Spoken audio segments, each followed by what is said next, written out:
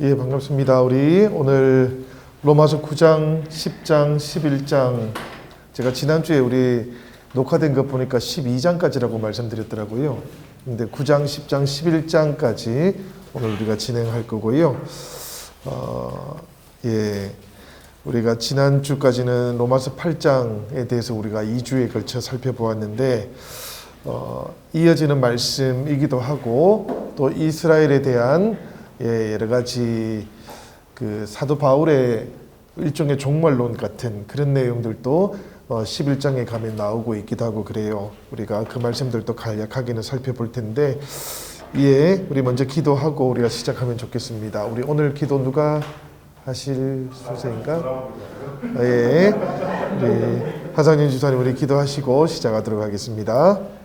하나님 앞에 감사합니다. 오늘 이 자리에 모여 로마서 강의를 같이 나누는 자리가 되었습니다. 아멘. 아버지 우리 하나님의 제자로서의 삶 안에 동참할 수 있게 해주시고 아멘. 목사님 말씀하시는 가운데 힘주시고 아멘. 주셔서 우리가 모두 감동받고 은혜 받는 시간 될 수 있도록 아버지 도와주시옵소서. 아멘. 성령님 함께 하셔서 우리 늘 장로님들 일하시는데 같이 잘 교회를 나갈 수 있는 앞자리에 설 수 있도록 아버지 도와주시옵소서. 아멘. 신도들 잘 따라갈 수 있도록 도와주시옵소서. 아멘. 배우는 자리 하나하나 다 인자해 주시옵시고 그 인자하는 가운데에서 제자로서 삶 안에 늘 함께 할 수 있도록 아버지 도와주시옵소서. 아멘. 말씀 주 예수 그리스도의 이름으로 기도드렸습니다. 아멘.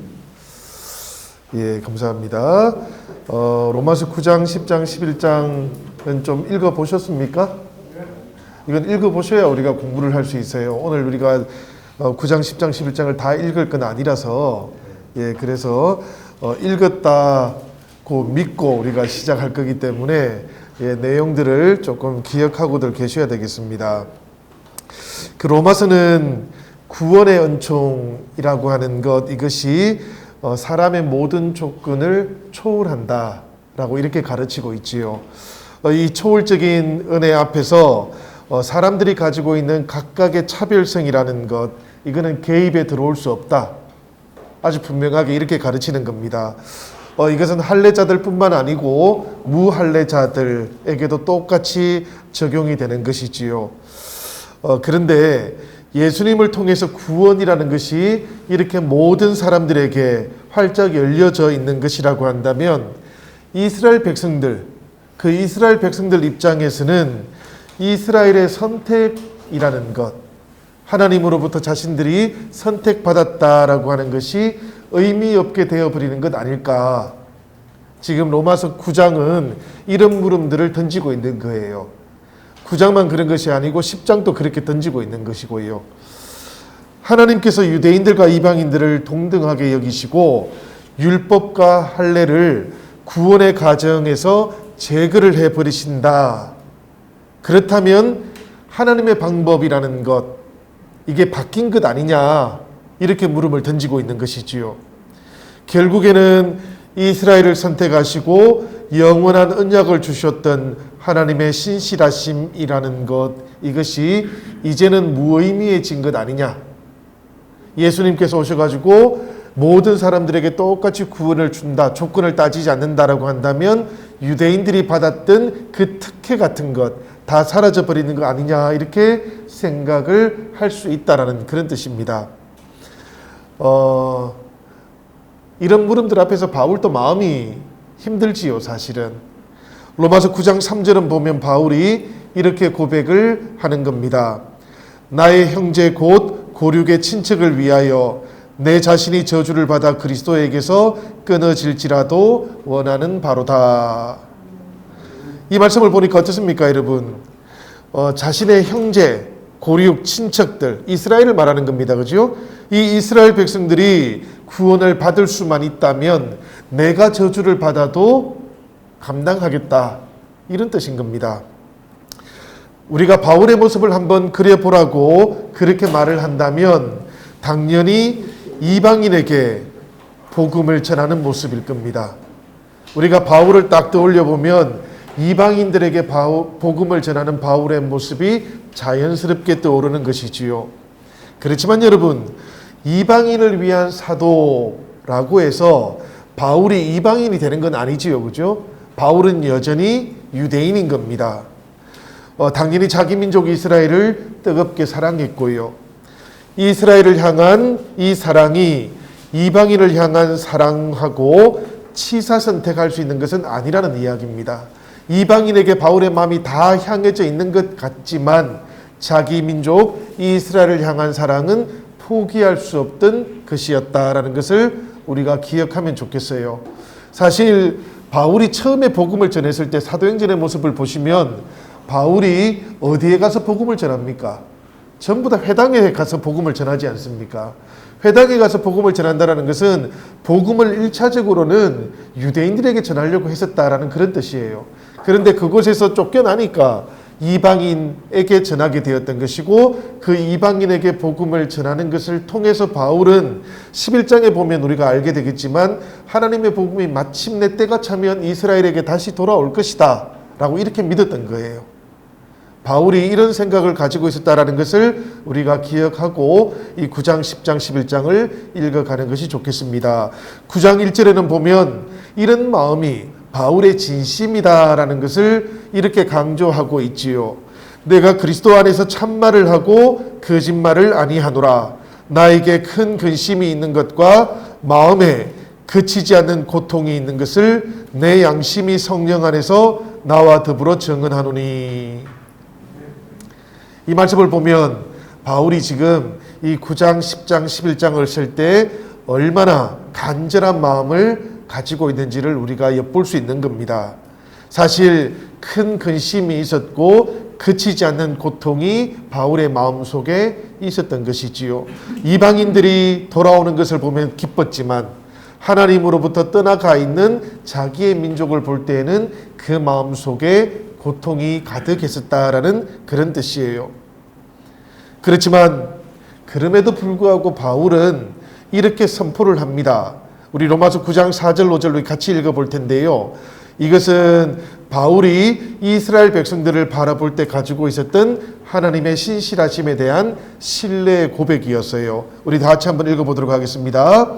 그들은 이스라엘 사람이라 그들에게는 양자됨과 영광과 언약들과 율법을 세우신 것과 예배와 약속들이 있고 조상들도 그들의 것이요 육신으로 하면 그리스도가 그들에게서 나셨으니 그는 만물 위에 계셔서 세세의 찬양을 받으실 하나님이시니라. 아멘. 이 말씀을 보면 여러분, 이스라엘은 메시아 예수님을 거부하고 있기는 해요. 그렇지만 그렇다고 해서 이스라엘을 선택하셨던 하나님의 사랑, 하나님의 특권, 이런 것들이 폐기된 것은 아니라고 지금 말씀하고 있는 겁니다. 우리가 9장, 10장, 11장에서는 어떻게 이런 일이 가능할 것인가, 이것을 살펴보아야 하는 것이지요. 로마서 9장 6절부터 9절까지의 말씀을 보면 로마서는 아주 분명하게 아브라함의 후손을 육신의 자녀가 아니라 약속의 자녀라고 그렇게 새롭게 못 받고 있어요.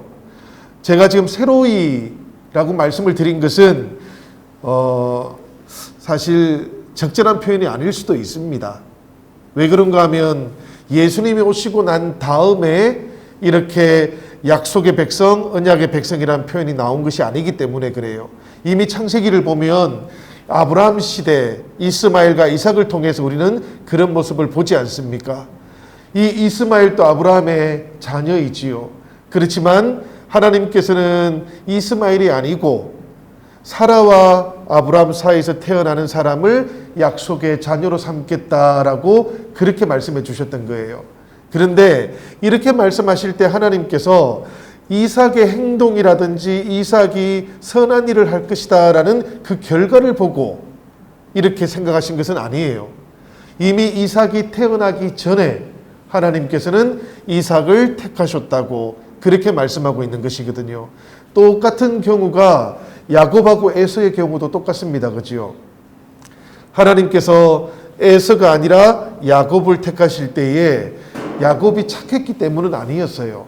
이 야곱의 행동을 생각해서 약속의 자녀로 선택했던 것도 아니었던 겁니다. 여기에는 우리가 말하는 하나님의 주권적인 선택이 먼저 있었던 것이지요. 우리가 아브라함의 때를 생각해 보아도 그렇고 에서와 야곱의 경우를 생각해 보아도 그렇습니다. 우리가 로마서 9장 11절을 보시면 하나님께서 야곱을 선택하셨는데 야곱이 태어나기 전에 하나님께서 선택하셨다라는 말씀이 나오고 있지요. 우리 한번 읽어볼까요? 9장 11절 말씀 다 같이 읽겠습니다. 그 자식들이 아직 나지도 아니하고 무슨 선이나 악을 행하지 아니한 때에 택하심을 따라 되는 하나님의 뜻이 행위로 말미암지 않고 오직 부르시는 이로 말미암아 서게 하려 하사. 예, 이 말씀을 보니까 아주 분명하지요, 그죠? 우리가 보통 구약 성경 창세기만 보면 에서와 야곱의 선택에 대해서 왜 이런 일이 일어날 수 있을까 궁금하게 여기지만 그것과 관련해서 로마서는 아주 분명하게 이것이 하나님의 주권과 관련되어 있는 것이다. 그리고 야곱의 어떤 야비함이라든지 혹은 뭐 계책을 잘 꾸린다든지 하는 그런 행동의 결과들을 염두에 두고 선택한 것이 아니라는 것도 우리가 알게 돼요. 하나님께서는 언약의 백성을 먼저 택하시고 이 백성이 어릴 때 젊을 때 자신의 계획을 따르고 계책을 따라 살아간다고 할지라도 하나님께서는 그 자녀를 통해서 다시 구원의 역사를 새롭게 이루어 가려고 하셨던 겁니다. 그래서 야곱을 불러서 하나님께서 이스라엘이 되도록 인도해 주셨던 것이지요. 그리고 이 야곱이 걸어가는 모든 길 가운데 하나님께서 늘 함께 동행도 해 주셨던 것입니다. 하나님의 선택이 사람의 행위에 근거하지 않는다라는 그런 뜻이에요. 택하심을 따라 되는 하나님의 뜻이라고 이렇게 말씀하고 있으니까 이 선택의 유일한 근거가 있다면 이것은 하나님의 주권적인 의지뿐이었다라는 그런 뜻입니다. 그러니 여러분, 이유 없이 야곱을 사랑하시고 에서는 미워하셨다. 그러니까 하나님의 방침 바뀐 것 아니냐 이렇게 생각하실 필요는 없으세요. 우리가 인간적인 차원에서는 이런 불평이 호소력을 가질 수 있습니다. 그렇지만 하나님과의 관계 속에서 이것을 적용을 한번 해보면 사실 적절하지가 않은 것이지요.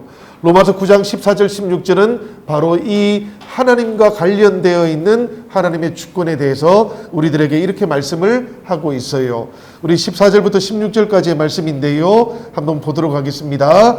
그런즉 우리가 무슨 말을 하리요? 하나님께 불의가 있느냐? 그럴 수 없느니라. 모세에게 이르시되 내가 긍휼히 여길 자를 긍휼히 여기고 불쌍히 여길 자를 불쌍히 여기리라 하셨으니 그런즉 원하는 자로 말미암음도 아니요 다른 박질하는 자로 말미암음도 아니요 오직 긍휼히 여기시는 하나님으로 말미암음이니라.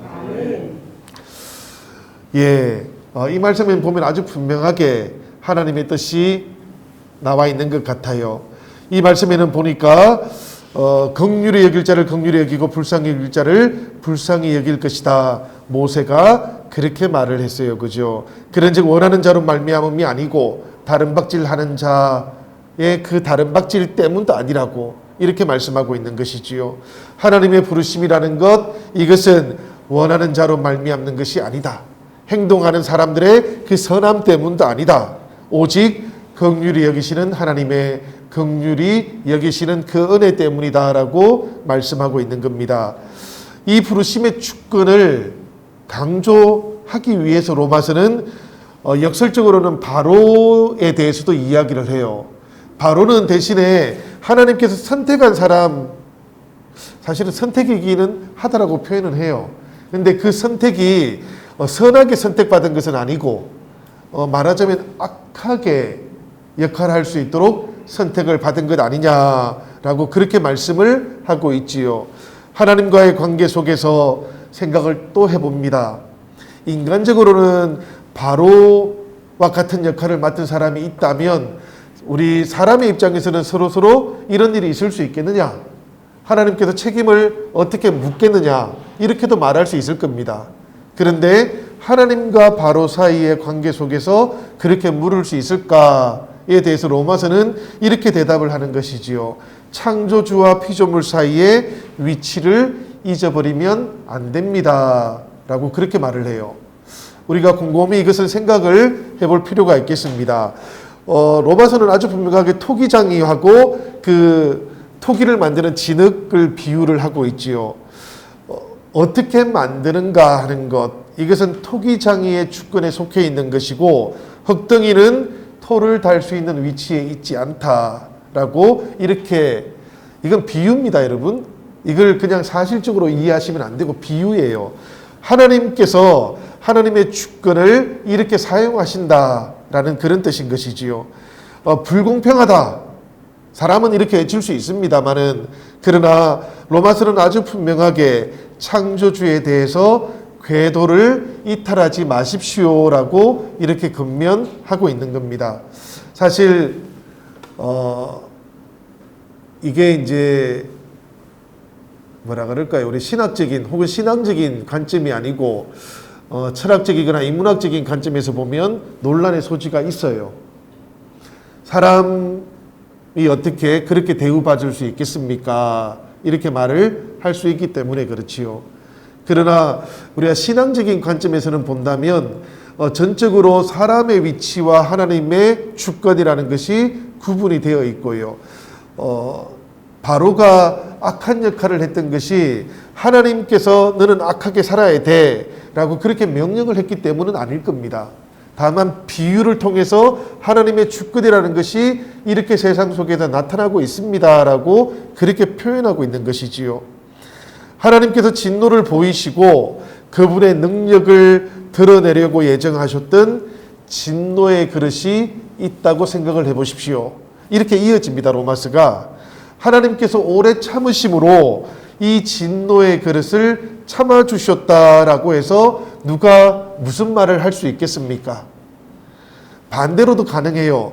하나님께서 영광을 드러내시려고 긍휼의 그릇을 준비해 놓으셨다고 해서 하나님의 영광의 풍성함을 알려주셨을 때에 누가 토를 달 수 있겠습니까?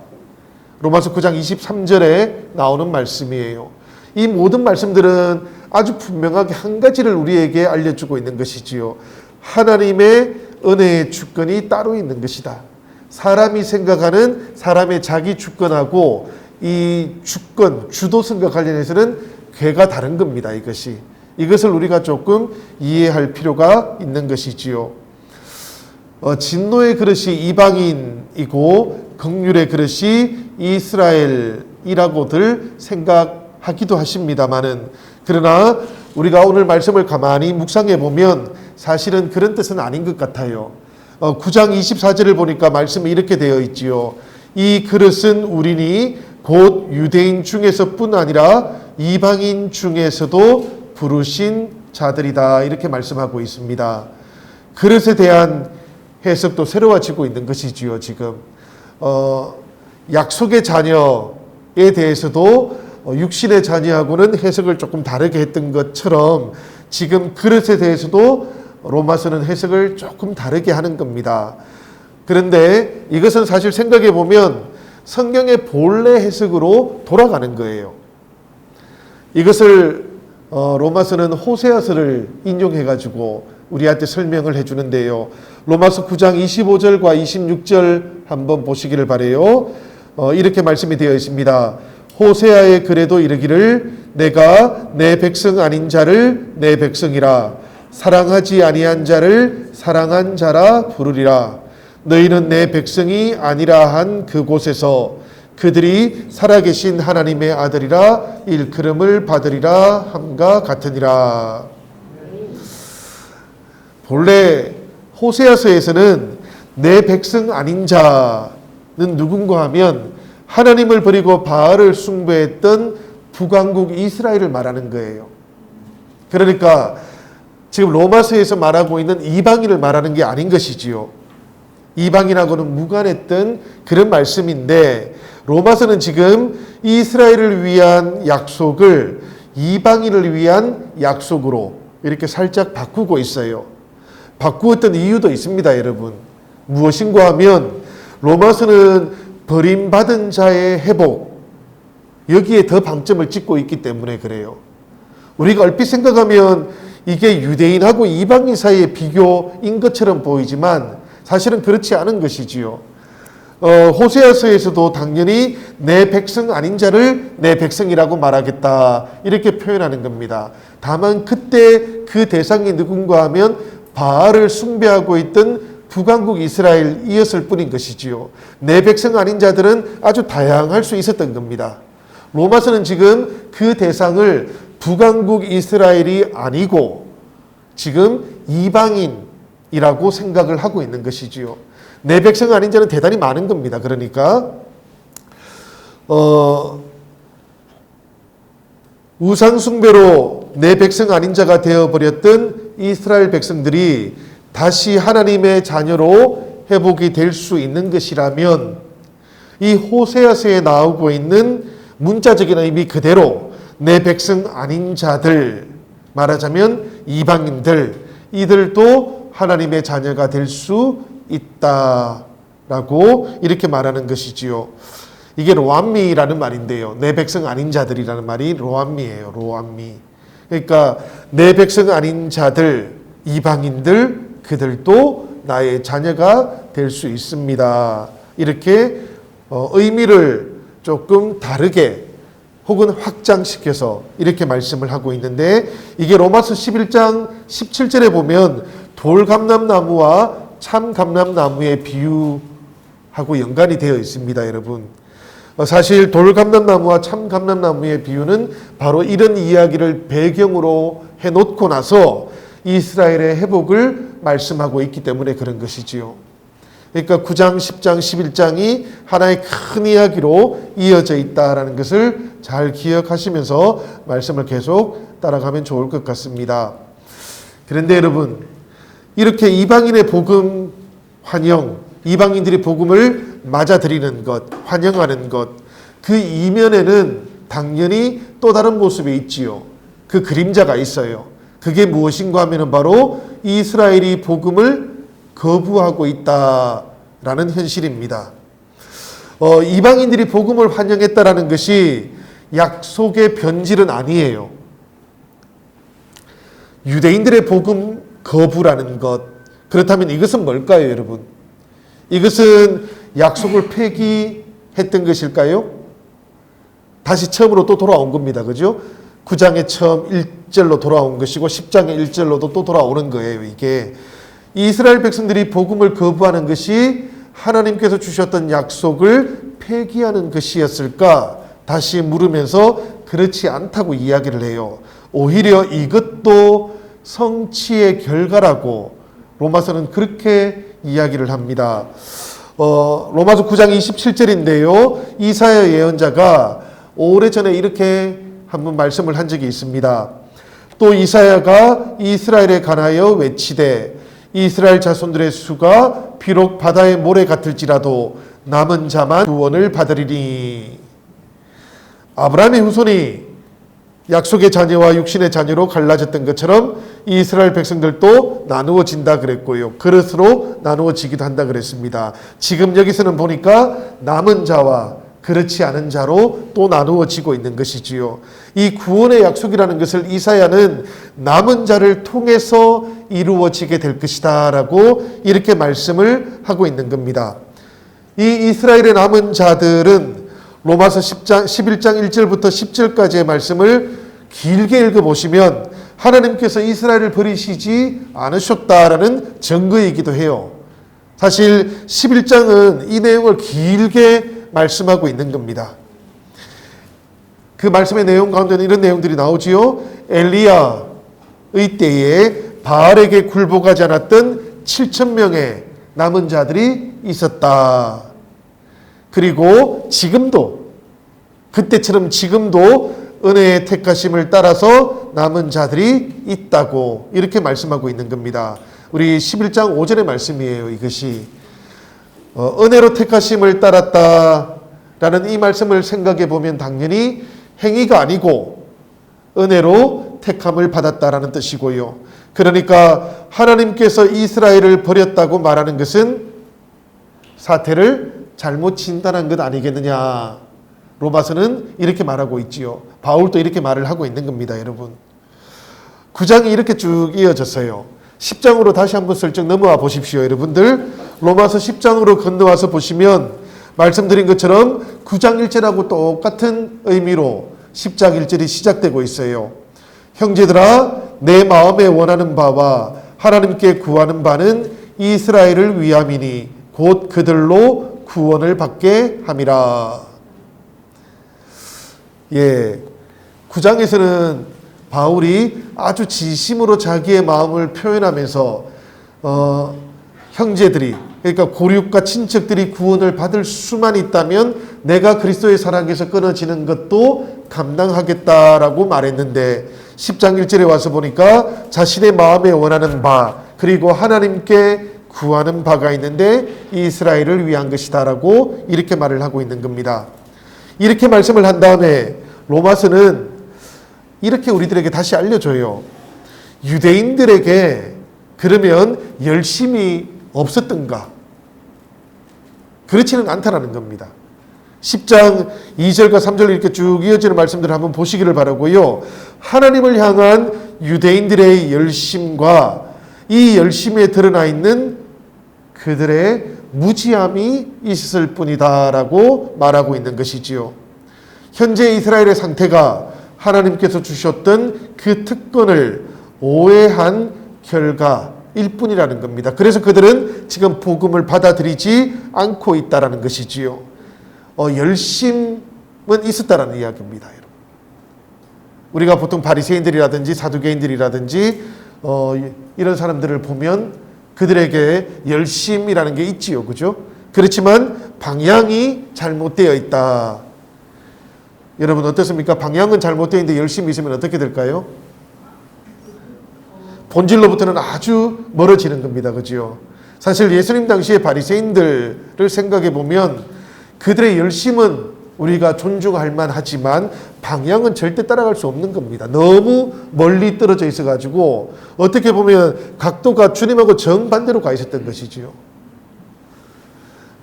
주목할 것이 하나 있습니다. 그죠? 하나님께서는 이스라엘에게 하나님을 향한 열심이 없었던 것이 아니고 열심이 있었다라는 이 말씀 우리가 곰곰이 묵상을 해볼 필요가 있습니다. 왜 그런가 하면 예수님께서도 이 바리새인들의 열심을 보고 우리들에게 말씀을 하셨기 때문이지요.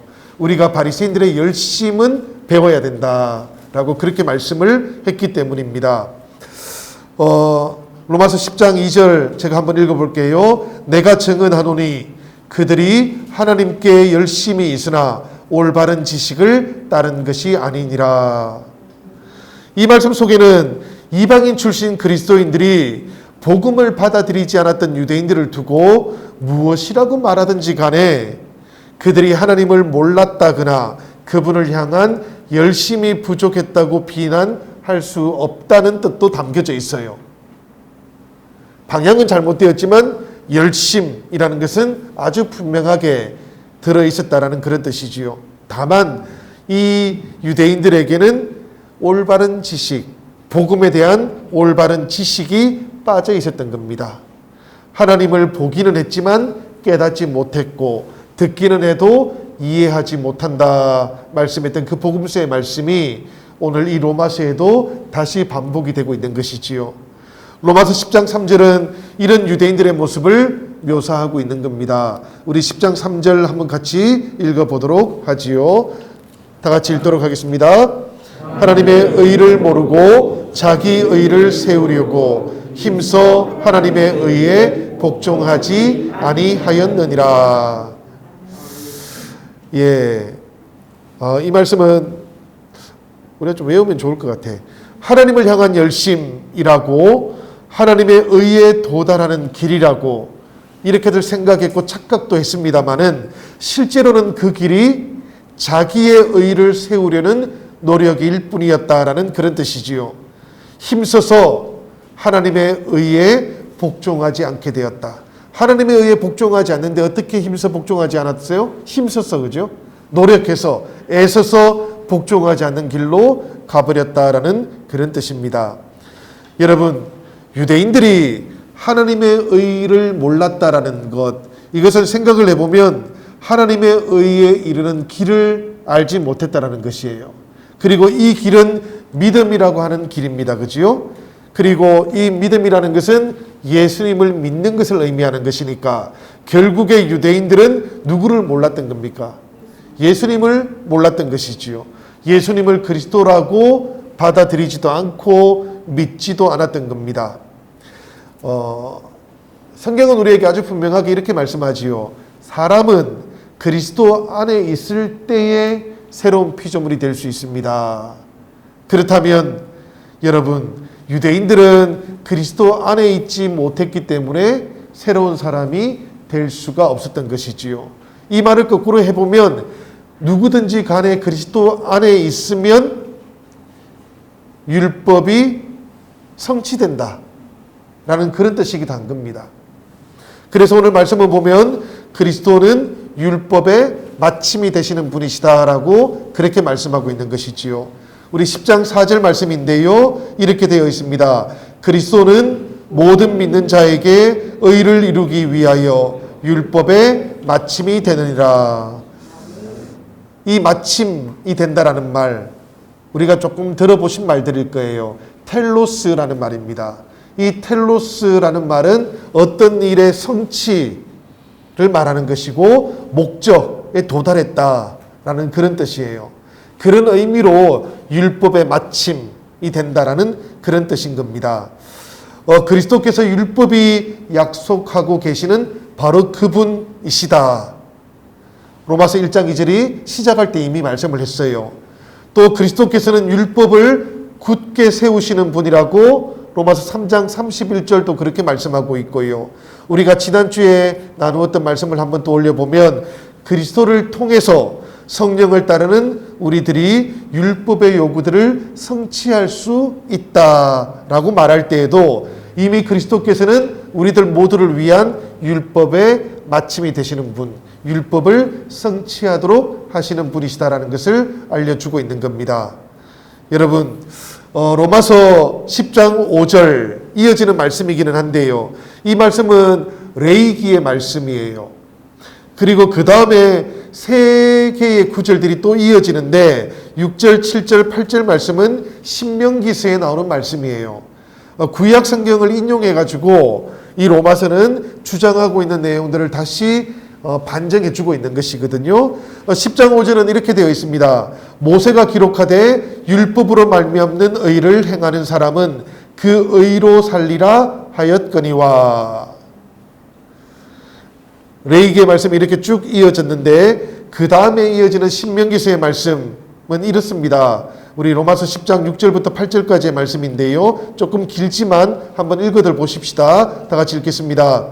믿음으로 말미암는 의는 이같이 말하되 내 마음에 누가 하늘에 올라가겠느냐 하지 말라 하니 올라가겠느냐 함은 그리스도를 모셔 내리려는 것이요 혹은 누가 무저갱에 내려가겠느냐 하지 말라 하니 내려가겠느냐 함은 그리스도를 죽은 자 가운데서 모셔 올리려는 것이라. 그러면 무엇을 말하느냐? 말씀이 내게 가까워 내 입에 있으며 내 마음에 있다 하였으니 곧 우리가 전파하는 믿음의 말씀이라. 아멘. 여기서 여러분들 두 가지를 조금 발견할 수 있으면 제일 좋겠어요. 하나는 10장 5절에 나와 있는 말씀인데 율법으로 말미암는 의를 행하는 사람은 이라고 되어 있는 부분이에요. 이 레위기에서는 율법으로 말미암는 의에 대해서 말씀하고 있고요. 6절, 7절, 8절 이 말씀 속에서는 보니까 어떤 말씀이라고 되어 있습니까? 마지막에 우리가 전파하는 믿음의 말씀이라고 이렇게 되어 있는 것이지요. 6절부터 8절까지의 말씀은 율법이 멀리 있어서 지키기 어렵다고 불평했던 사람들에게 본래는 주어졌던 말씀이었어요. 율법이 먼 하늘에 있어가지고 하늘로 올라가야 하는 것 아니냐 이렇게 말하는 사람들에게 말씀이 너희 가까이 있다라고 이렇게 말했던 것이지요. 먼 바다 끝에 있어가지고 바다를 가로질러 가야 하는 것 아니겠느냐, 이렇게 불평하는 사람들에게 하나님의 말씀이 이미 너희들의 마음속에 있다라고 그렇게 가르쳐 주었던 것입니다. 신명기 30장 14절 말씀인데 제가 한번 읽어볼게요. 오직 그 말씀이 내게 매우 가까워서 내 입에 있으며 내 마음에 있은즉 내가 이를 행할 수 있느니라. 로마서는 여러분 15절에서는 율법이 말하고 있는 의에 대해서, 그리고 또 그 다음 신명기서의 말씀은 믿음의 말씀을 우리에게 알려주고 있지만 이 두 개의 말씀을 엮어 놓은 거예요. 율법에서 믿음으로 나오는 이 과정이 바로 그리스도께서 율법을 마치신 과정이시다라고 이렇게 말씀하고 있는 것이지요. 맥락이 그렇다라는 것을 잘 기억하시기를 바라요. 그렇게 로마서는 우리가 전파하는 믿음의 말씀이 이런 것이라고, 우리는 그리스도를 끌어내리려고 하늘에 올라갈 필요가 없고, 그리고 깊은 곳에 내려가서 그분을 끌어올려야 되는 것도 아니라고 말씀하고 있는 겁니다. 왜 그렇습니까, 여러분? 당연히 그리스도께서 인간이 되셔가지고 우리 속으로 내려오셨기 때문이고요. 또 그리스도께서 죽은 자 가운데서 부활하셨기 때문에 저 깊은 곳에 계시는 것이 아니고 다시 우리 곁으로 올라오셨고 하나님의 우편에 머물러 계시기 때문에 그런 것이지요.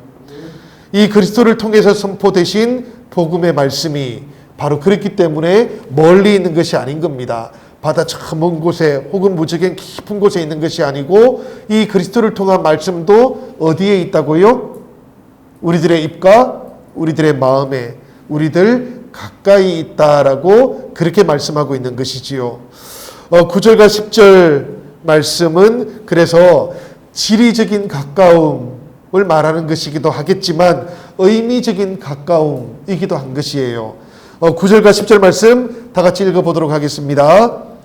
내가 만일 내 입으로 예수를 주로 시인하며 또 하나님께서 그를 죽은 자 가운데서 살리신 것을 내 마음에 믿으면 구원을 받으리라. 사람이 마음으로 믿어 의에 이르고 입으로 시인하여 구원에 이르느니라. 아멘. 이 말씀 우리 너무 잘 아는 말씀이다, 그지요? 9절과 10절 말씀은 사람이 마음으로 믿어 의에 이르고 입으로 시인하여 구원에 이른다라는 이 말씀의 중요한 내용이 9절에 나오고 있는 거예요. 입으로 예수를 주님이라고 시인하는 겁니다, 그죠? 입으로 시인하는데 시인하는 내용이 무엇인가 하면 예수님을 주님이라고 시인하는 것이다라는 뜻이에요. 우리가 마음으로 믿어요. 그런데 마음으로 무엇을 믿는가 하면 하나님께서 그를 죽은 자 가운데서 살리신 것을 믿는 겁니다. 그래서 우리가 10절에서 사람이 마음으로 믿어서 의에 이르고 입으로 시인하여서 구원을 얻는다라고 말하는 것이지요. 그러니까 이 10절의 말씀을 기억하고자 하는 사람들은 9절의 말씀도 당연히 기억을 해야 되는 것입니다. 이 말씀은 여러분 교리가 아니에요. 이 9절과 10절의 말씀은 교리가 아니고 표현하자면 하나님께 우리가 드리는 충성의 약속 같은 거예요. 이게 우리가 입으로 시인을 한다라는 것, 마음으로 믿는다라는 것, 이 속에 예수님이 주님이시라고 입으로 시인하는 것이고 주님께서 부활하셨다라는 것을 마음으로 믿는 것, 이것은 사실은 우리 인생의 주도권이 주님께 있다라고 그렇게 충성을 우리가 고백하는 것이거든요. 그러니까 이런 말씀들을 교리로 받아들이지 마시기를 바랍니다. 이 말씀을 읽을 때 사실은 마음의 감동도 있어야 되고요. 그리고 이 말씀을 고백하는 동안 때로는 우리의 삶이 전율할 수도 있어야 되는 것이지요. 우리가 로마서를 읽으면서 그런 경험들이 대단히 중요하십니다. 이사야 예언자가 우리에게 무엇이라고 말씀하고 있는가 하면 하나님께서 시온에 두실 주춧돌을 세우셨다, 그렇게 말씀하셔요. 그리고는 누구든지 그를 믿는 자는 부끄러움을 당하지 아니할 것이다, 이렇게 외쳤어요. 할례를 받거나 율법을 소유했다는 그런 외적인 정체성이 아니고 부활의 주님을 마음으로 믿고 입으로 시인하는 것, 이것이야말로 구원의 열쇠라고, 이것을 믿는 우리들 모두에게 성령의 역사하심이 꼭 필요한 것이라고 그렇게 알려주었던 것이지요. 여러분, 로마서 10장 12절과 13절을 보시면 이런 메시지들 앞에서 유대인들과 헬라인이 결코 다르지 않은 겁니다. 12절 13절 우리 같이 한번 읽어볼까요? 시작. 유대인이나 헬라인이나 차별이 없습니다. 한 분이신 주께서 모든 사람의 주가 되사 그를 부르는 모든 사람에게 부요하시도다. 누구든지 주의 이름을 부르는 자는 구원을 받으리라. 아멘. 예, 우리가 잘 아는 말씀 또 있지요, 그죠? 누구든지 주의 이름을 부르는 자는 구원을 얻으리라. 이렇게 되어 있는데, 중요한 것은 이 말씀의 맥락이 바로 유대인이나 헬라인이나 차별이 없다는 것입니다. 이 사람들에게 차별이 없다라는 이 말씀은 결국에는 이 구원은 은혜로부터 온다라는 이야기지요. 우리 주님의 은혜로부터 모든 사람들에게 부요하게 찾아오시는 그 역사하심, 이것을 믿는 모든 사람들은 다 구원을 받게 될 것이다 라고 말씀하고 있는 것입니다. 이렇게 쭉 말씀하고 있는 로마서가 다시 이제 어디로 돌아가는가 하면 이스라엘의 불신앙으로 다시 돌아가요. 믿은 적이 없는 분을 어떻게 부르겠습니까? 네 가지입니다, 여러분. 들은 적이 없는 분을 어떻게 믿겠습니까? 선포하는 사람이 없다면 어떻게 들을 수 있겠습니까? 보냄을 받지 않았다면 어떻게 복음을 선포할 수 있겠습니까? 이 말씀은 사실은 단계적으로 맥락들이 이어지고 있죠, 그죠? 보냄을 받지 않았으면 선포할 수 없고요. 선포하는 사람이 없으면 들을 수 없고요. 들은 적이 없으면 믿을 수 없고요. 믿을 수 없으면 부를 수 없고요. 이 맥락이 쭉 차례대로 거꾸로 이어져 있는 것입니다, 여러분. 믿은 적이 없는 분을 부를 수 없습니다. 들은 적이 없는 분 믿을 수 없습니다. 선포하는 사람이 없으면 들을 수 없고 보냄을 받지 않으면 선포할 수 없어요. 이건 너무나 분명한 사실입니다. 로마서는 이것을 우리에게 그냥 평범하게 알려주고 있어요.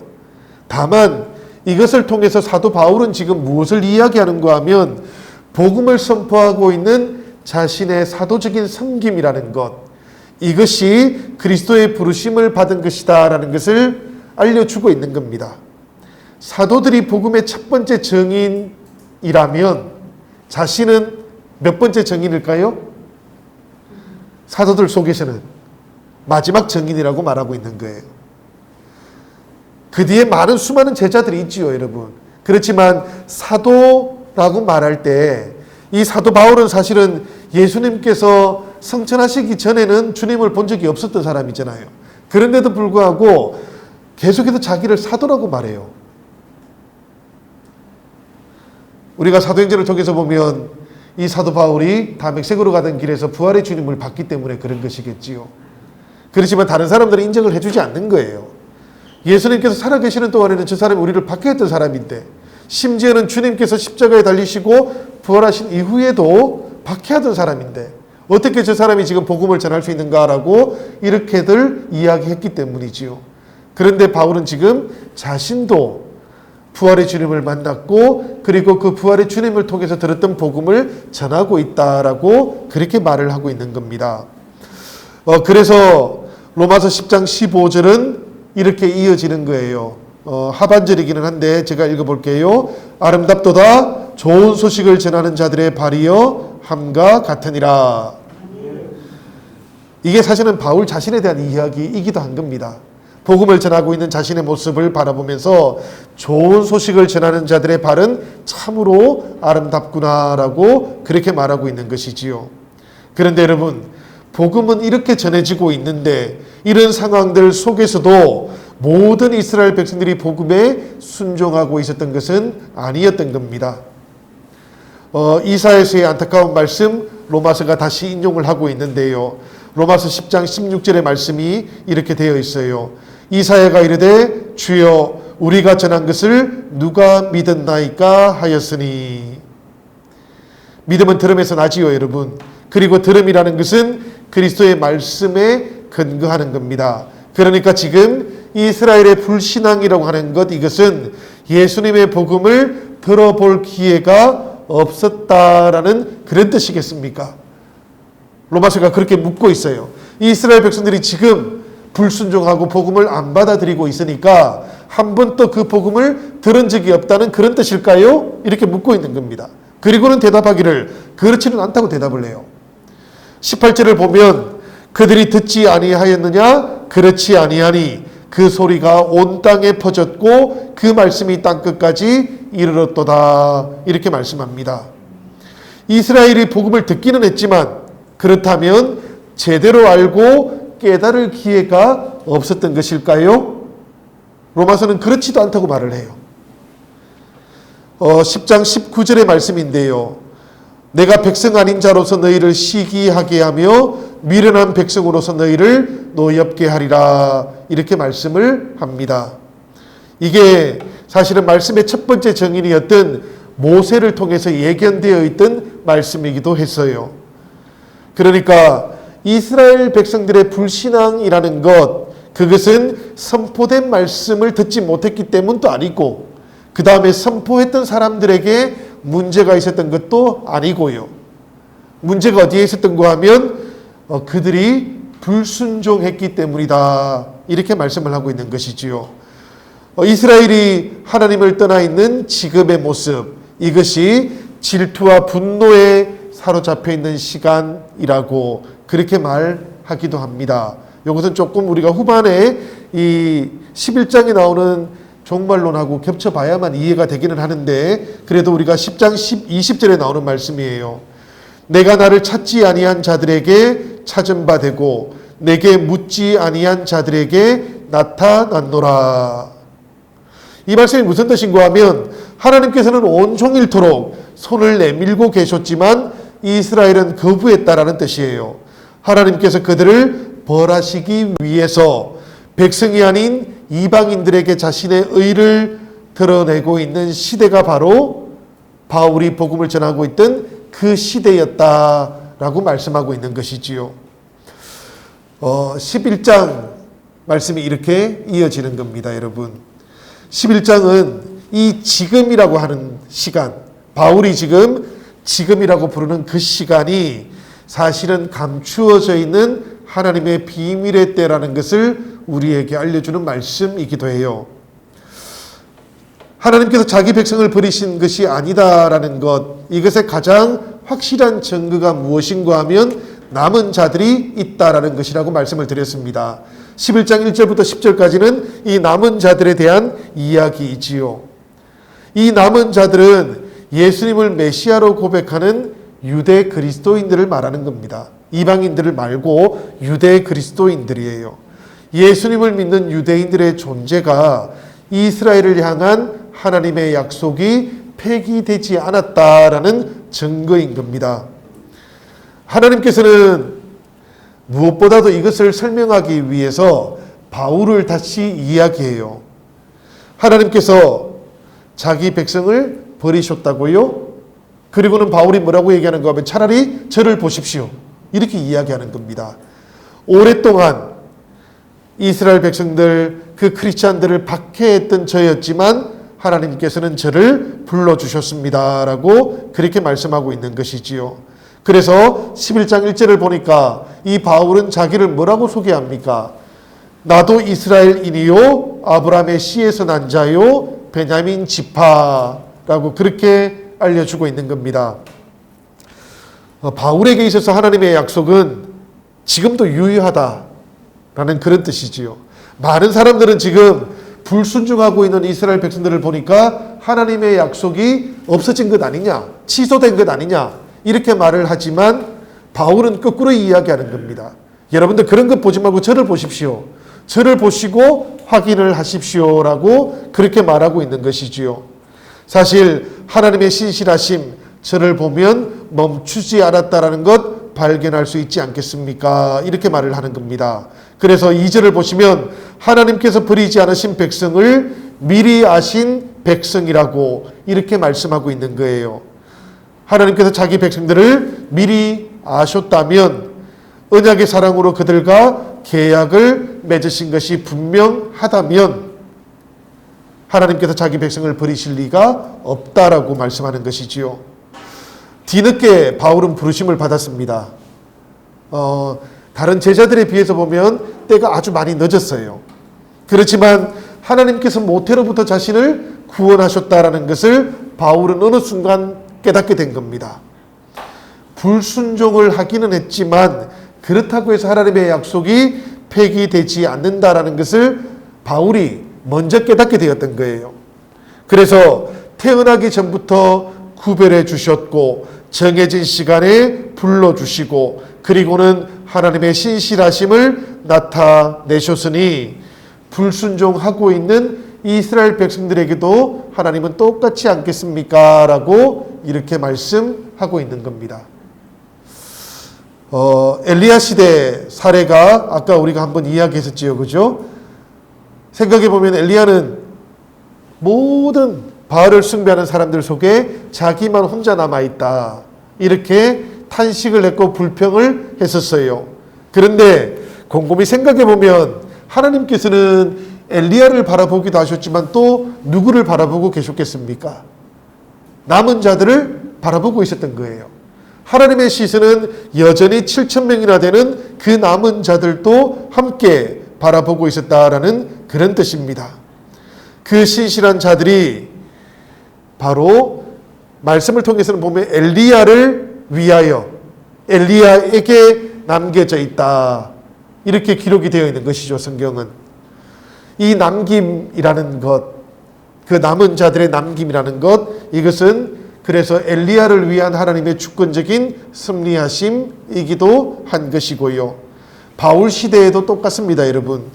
11장 5절에 보면 이와 같이 지금도 은혜로 택하심을 따라 남은 자가 있느니라 이렇게 말씀하는 것이지요. 그러니까 절망적인 상황에서 이 남은 자들의 남아있음이라는 것, 이것이 하나님의 은혜라는 겁니다. 우리들이 하나님의 은혜를 따라서 이렇게 남겨져 있으니까 행위에 따른 것이 아니고요. 그래서 6절은 우리들에게 이렇게 다시 말씀하고 있는 겁니다. 우리 6절 말씀 다 같이 한번 읽어볼까요? 다 같이 읽겠습니다. 시작.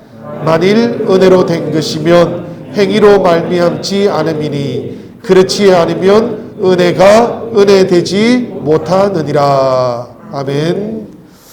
자기의 의를 추구했던 이스라엘 백성들은 이런 하나님의 의를 경험할 수가 없었어요. 오직 남은 자들만이 이 하나님의 의를 경험합니다. 그렇다면 여러분, 이 하나님의 의를 경험하지 못했던 나머지 백성들은 어떻게 되었을까요? 7절 뒷부분에 나오는 말씀을 보시면 그들은 우둔해져 버렸다 그래요. 말씀이 그렇게 되어 있죠. 그죠? 우둔해졌다. 완고해졌다라는 뜻입니다. 자기 의를 추구하는데 완고해져서 하나님에 대해서는 우둔해져 버렸다라는 그런 뜻입니다. 이 우둔함을 로마서 11장 8절은 이렇게 말씀하고 있는 것이지요. 하나님이 오늘까지 그들에게 혼미한 심령과 보지 못할 눈과 듣지 못할 귀를 주셨다 함과 같으니라. 이 말씀하고 이어지는 말씀이 다윗의 저주예요. 9절과 10절에 나오는 말씀인데 이 말씀은 이렇습니다. 또 다윗이 이르되 그들의 밥상이 올무와 덫과 그치는 것과 보응이 되게 하시옵고 그들의 눈은 흐려 보지 못하고 그들의 등은 항상 굽게 하옵소서 하였느니라. 여러분, 이 말씀 속에 나오는 밥상은 성전의 제단을 말하는 겁니다. 이 성전 제단의 제사가 계속해서 이어지고 있다는 것은 그들에게 메시아 예수에 대한 믿음이 없다는 뜻이지요. 성전 제단이라는 것이 유대인들에게는 오히려 걸림돌이 되었고 올무가 되었다라는 그런 뜻입니다. 이만큼이나 그들의 눈이 흐려져 있다라는 뜻이고요. 그만큼 그들의 등은 굽어져 있다라는 뜻인데, 그런데 놀랍게도 이 로마서는 이런 비극적인 사태가 하나님의 뜻이기도 하다라고 말씀하고 있는 거예요. 이 하나님의 뜻 우리가 살펴보아야 하는데 11절 말씀 한번 보시지요. 다 같이 읽어보겠습니다. 그들이 넘어지기까지 실족하였느냐? 그럴 수 없느니라. 그들이 넘어짐으로 구원이 이방인에게 이르러 이스라엘로 시기나게 함이니라. 이 말씀을 보니까 어떻습니까, 여러분? 이스라엘 백성들이 넘어지기는 해요. 그렇지만 이 넘어짐이라고 하는 것, 이것이 하나님께서 이스라엘 백성들을 완전히 넘어뜨려서 소멸시키려고 하는 것은 아니라는 것도 발견하게 되는 것이지요. 이스라엘 백성들의 넘어짐이라는 것은 구원이 이방인에게 미치게 하려는 하나님의 전략이기도 했다라는 그런 뜻입니다. 이것이 겉으로 드러나 있는 표면적인 이유예요. 내부적으로는 보시면 이것은 이스라엘의 시기심을 불러일으키기 위한 하나님의 전략이었습니다. 그러니까 하나님께서는 이스라엘을 한 번도 포기하신 적이 없으셨던 것이지요. 계속해서 복음을 거부하니까, 메시아를 거부하니까 하나님께서는 이 복음을 이방인에게 먼저 전해지도록 그렇게 역사하셨던 것입니다. 복음이 이방인에게 전해지게 되면 그 모습을 보고 있는 유대인들의 마음이 어떻게 될 것 같다고요? 때가 되면 그들의 마음속에 시기심이 불타오를 것이다 라고 생각을 하셨던 겁니다. 그래서 하나님께서는 이방인에게, 원래는 거꾸로죠, 그죠? 원래는 유대인들을 통해서 이 복이 쭉 흘러갈 수 있도록 해서 모든 열방이 하나님께로 돌아오는 것이 구약의 계획이었어요. 그런데 이 복음을 받아들이지 않으니까 이 순서가 바뀌어져 버린 겁니다. 그죠? 이방인에게로 복음이 쭉 흘러갔다가 유대인들이 다시 하나님께로 돌아오는 그때를 기약하고 계신다라는 그런 뜻인 것이지요. 12절의 말씀은 이렇습니다. 그들의 넘어짐이 세상의 풍성함이 되며 그들의 실패가 이방인의 풍성함이 되거든 하물며 그들의 충만함이리요. 이 말씀은 여러분 조금 생각해 보면은 간단한 말씀이기는 합니다. 그죠? 이스라엘의 넘어짐이라는 것이 역설적으로는 이방인들의 풍성함이 된다 그럽니다. 그렇다면 이스라엘의 충만함은 세상에 얼마나 더 큰 복을 줄 수 있겠느냐라는 그런 뜻이에요. 이걸 거꾸로 생각하시면 안 됩니다. 여러분, 이스라엘의 넘어짐이 이방인들에게 풍성하다면 이스라엘이 사라지면 얼마나 더 좋겠느냐, 이렇게 생각하면 안 되는데, 그런데 문제는 로마 교회 안에 이방인들 중에는 이렇게 생각했던 사람들도 있었다라는 그런 뜻이에요. 우리가 조금 이따가 그 말씀을 살펴보도록 하고요. 이스라엘의 회복을 꿈꾸고 이것을 죽은 자 가운데서 살아나는 생명이라고, 부활이라고 바울은, 그리고 로마서는 우리에게 말하고 있어요. 15절의 말씀이 바로 그렇습니다. 그들을 버리는 것이 세상의 화목이 되거든 그 받아들이는 것이 죽은 자 가운데서 살아나는 것이 아니면 무엇이리요. 이 말씀 속에서 보면 죽은 자 가운데 살아나는 것, 이것은 누가 살아나는 것입니까?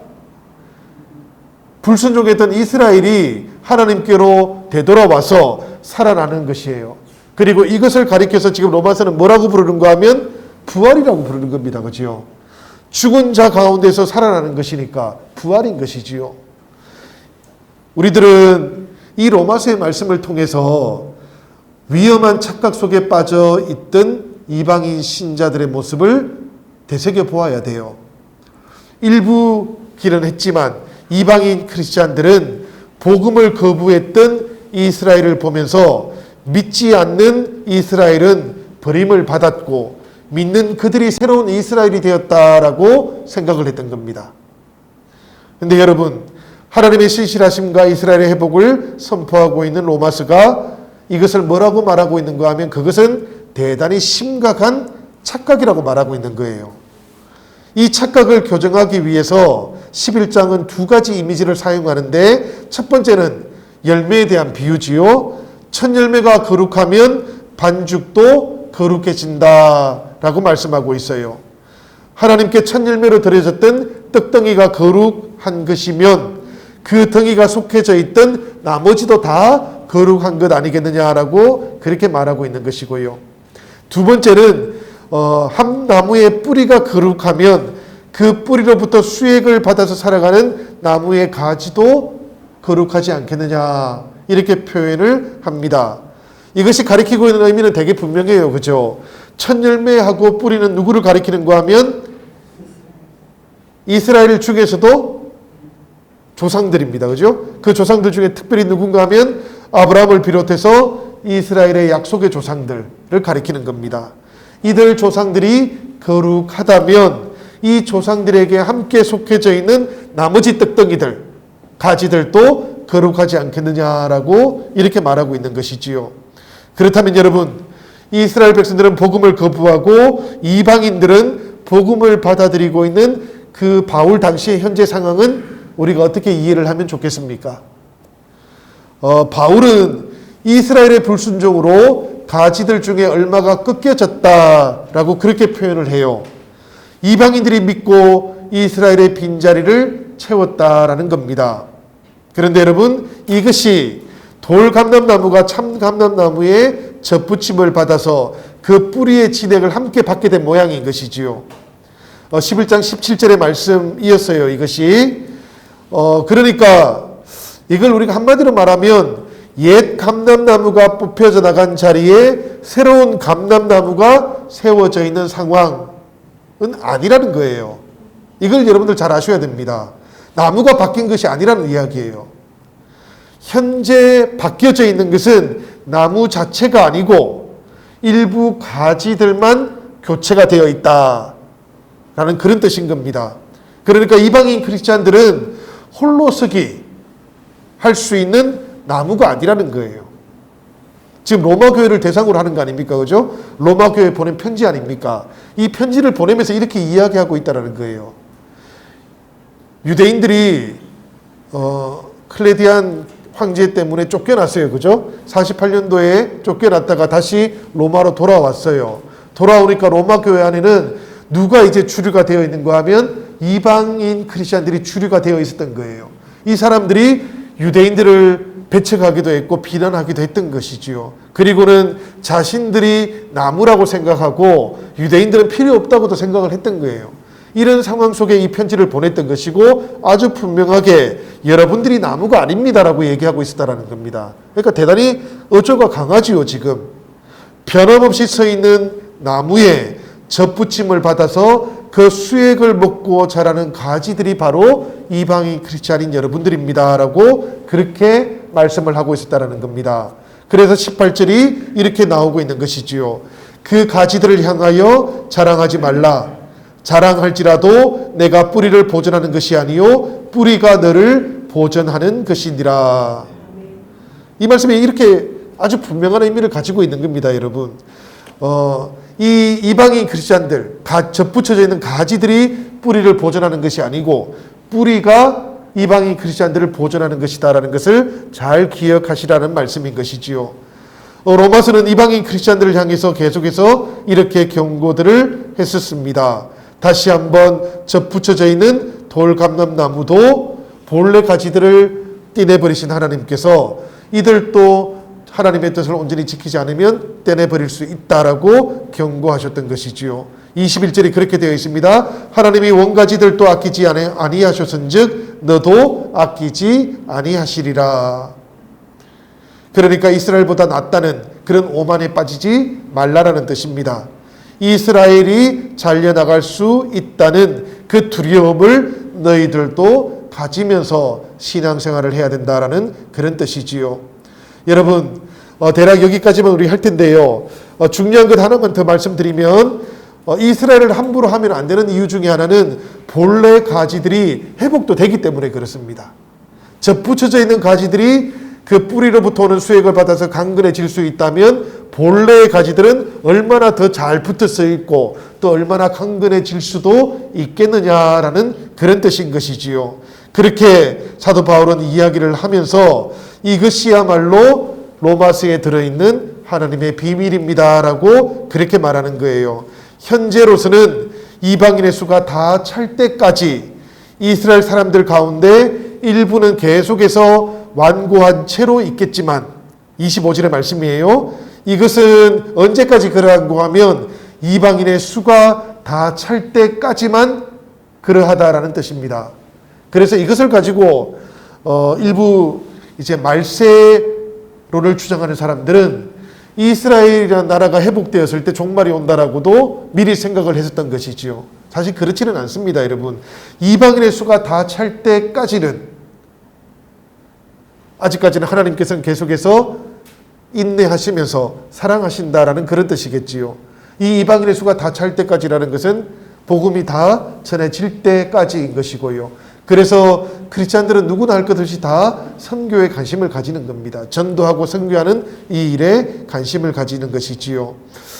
이 비밀의 미래적인 차원이 또 있어요. 무엇인가 하면 온 이스라엘이 구원을 받게 될 때도 온다라는 그런 뜻입니다. 그러니까 그때까지 이스라엘을 향한 하나님의 인내도 계속 지켜지고 있을 것이다라고 이 11장은 말씀하고 있는 것이지요. 그래서 33절부터 35절까지는 이 하나님의 승리하심을 찬양하면서 이 11장이 마쳐지고 있는 겁니다. 우리 33절부터 35절 말씀 우리 같이 한번 읽어볼까요? 다 같이 읽겠습니다. 시작. 깊도다 하나님의 지혜와 지식의 풍성함이요 그의 판단은 헤아리지 못할 것이며 그의 길은 찾지 못할 것이로다. 누가 주의 마음을 알았느냐? 누가 그의 모사가 되었느냐? 누가 주께 먼저 드려서 갚으심을 받겠느냐? 아멘. 바로 이 찬양의 말씀처럼 세상의 모든 것들이 다 창조주 하나님께로부터 나오는 것이고 또 그분을 통해서 존재하는 것이고 그 주님에게로 통일되어 가기 때문에 36절은 이렇게 끝납니다. 만물이 주에게서 나오고 주로 말미암고 주에게로 돌아감이라. 그에게 영광이 세세에 있을지어다. 아멘. 예, 이렇게 해서 우리가 9장, 10장, 11장의 말씀을 쭉 달아서 한번 살펴보았습니다. 여러분들 들어가셔가지고 또 한 번 더 읽어보시면 좋겠고 또 유튜브 통해서도 다시 한번 살펴볼 수 있으면 좋겠어요. 사실은 세세하게 다 살펴보지는 않았습니다. 내용이 많기 때문에 다만 전체적으로 한번 내용들을 검토하면서 이렇게 살펴봅니다. 우리 다음 주에는 마지막 시간으로 우리가 이제 12장, 13장, 14장, 15장까지 달아서 할 텐데요. 오히려 그 뒷부분은 뭐 내용이 그렇게 많지는 않아서 빨리 끝날 수 있을 것 같기도 하고 그렇습니다. 오늘 이렇게까지 하고 우리가 전체적으로 마무리하도록 하겠습니다. 혹시 궁금하신 거 있을까요? 처음부터 끝까지 너무 달려가지고 정신이 하나도 없으시죠? 네. 그래도 우리가 이렇게 한번 쭉 살펴보는 게 좀 필요할 것 같아서 조금 길게 했습니다. 궁금하신 것 있으시면 홍장로님한테 여쭤보시길 바라고. 홍장로님 열심히 또 우리 메모해 주셔가지고 다음 주에 또 나눠주실 텐데요. 잘 살펴보시고 복습도 하시면 좋을 것 같습니다. 수고들 하셨고 제가 기도하고 마치도록 하겠습니다. 은혜로우신 아버지 하나님, 우리가 로마서의 말씀 9장과 10장과 11장을 함께 우리가 읽고 또 묵상하고 또 이 시간에 나누었습니다. 아버지 하나님, 이 말씀을 통하여 하나님의 은혜를 우리가 기억하게 하시고 신실하신 아버지 하나님의 그 사랑이 변함없으시다라는 것도 우리들 모두가 깨달아 알 수 있도록 이끌어 주시옵소서. 이스라엘을 향하셨던 하나님의 사랑이 과거에도 현재에도 그리고 미래에도 변함없으실 것처럼 우리들을 향하신 아버지 하나님의 그 은혜도 날마다 한결같으시고 날마다 풍성하고 날마다 충만할 것을 굳게 믿으며 오늘 우리들 모두가 함께 기도하오니 주님, 사랑하는 모든 성도들, 사랑하는 영신의 모든 지체들, 이 로마서를 함께하고 있는 사랑하는 형제 자매들 모두에게 우리 주님의 은혜가 충만하도록 역사하여 주시옵소서. 오직 주님을 굳게 의지하며 살아계신 예수님의 거룩하신 이름으로 간절히 기도 올리옵나이다. 아멘. 감사합니다.